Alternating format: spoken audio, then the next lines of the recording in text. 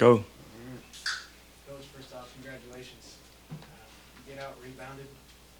And before 17 turnovers, they hold you under 60 points.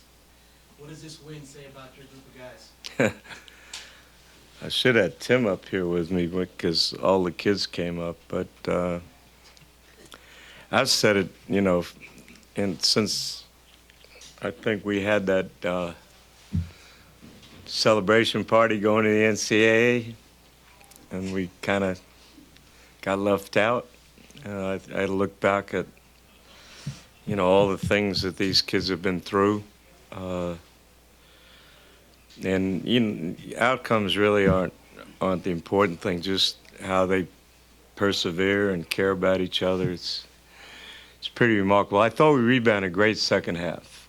First half, they got almost half the missed shots, and then shot it fairly well. Second half, I thought for the most part we really rebounded the ball, and then we were completely out of whack on offense. They did a great job of kind of disrupted us, but we made enough big plays. Nick, struggled shooting the ball against them. He had to play so many minutes. He comes up with some huge shots.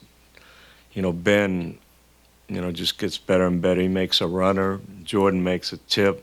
I mean, it looked like we were ordained, but I told the kids, I've been in a lot of locker rooms, and very few times I haven't been proud of guys that I've been lucky enough to coach, because I've always had really good effort, but this group, this win is kind of unbelievable. You've won an awful lot of games.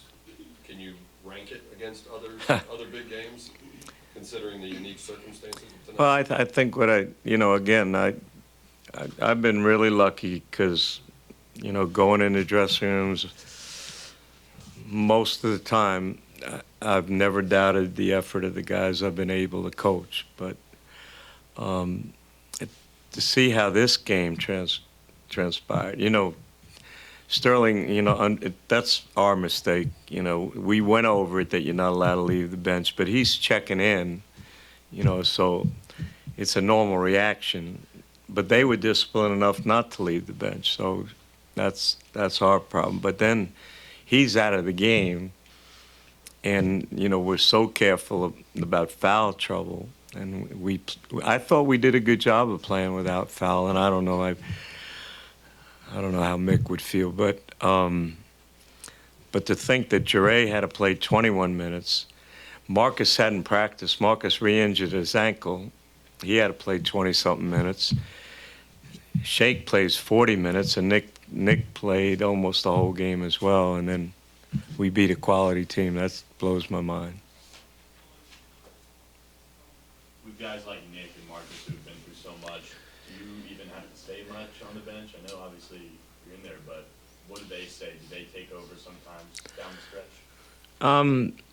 No, Nick gets so emotional. Sometimes I got to be real careful what I say to him, but I know where his heart is, so that's what I like. But Ben Moore stepped up. 3:40 to go. Ben just said, hey, man, we just got to get some stops. We're down 7. They have the ball. And, Ellis makes 2 free throws. That was it. And the way Cobb was shooting, I'm kind of surprised that one didn't go in. But I almost pulled my hair out when Nick had the ball late and threw up the floor to Ben. I was kind of hoping that he would keep it a little bit.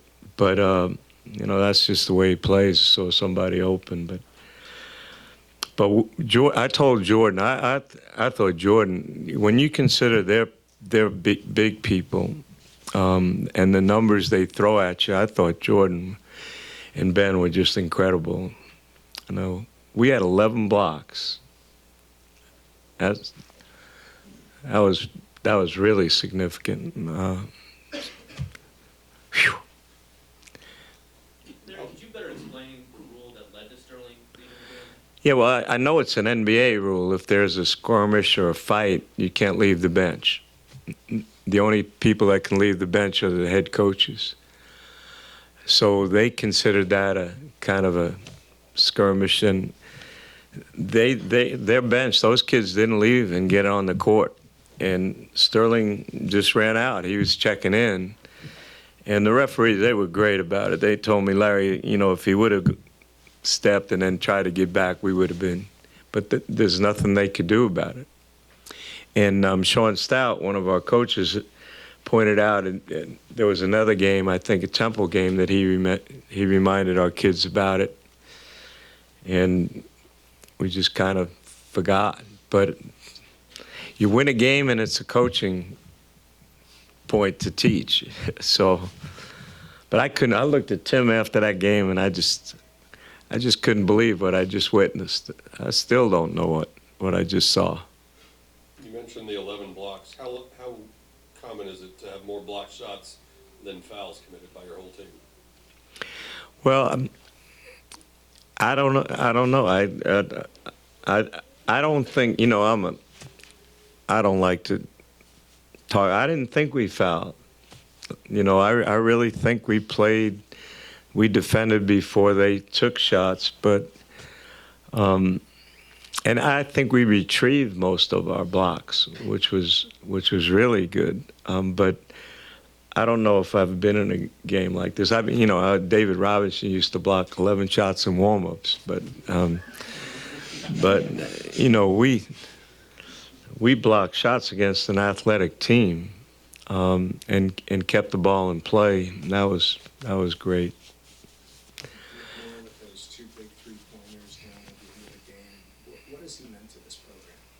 Oh man,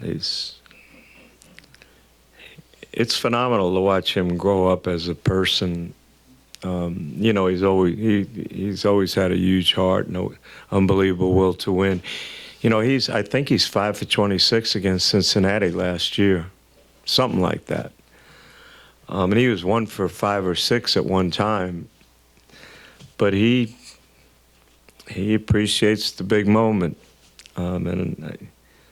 Again, this has been such a difficult situation because I'm looking at 3 seniors, and you realize what they've been deprived of.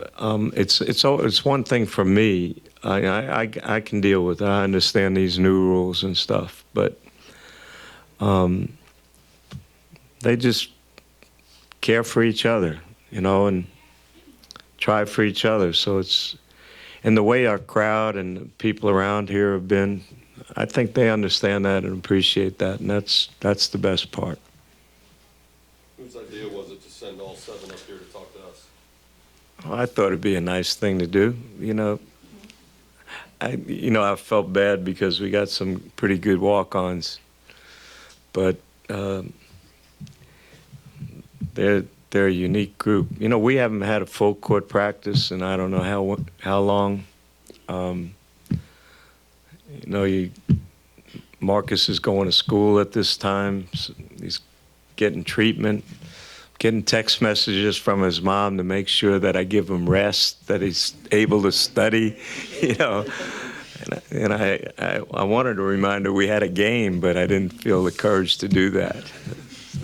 But that it? Thank you, Coach. Thank you. Thanks for being.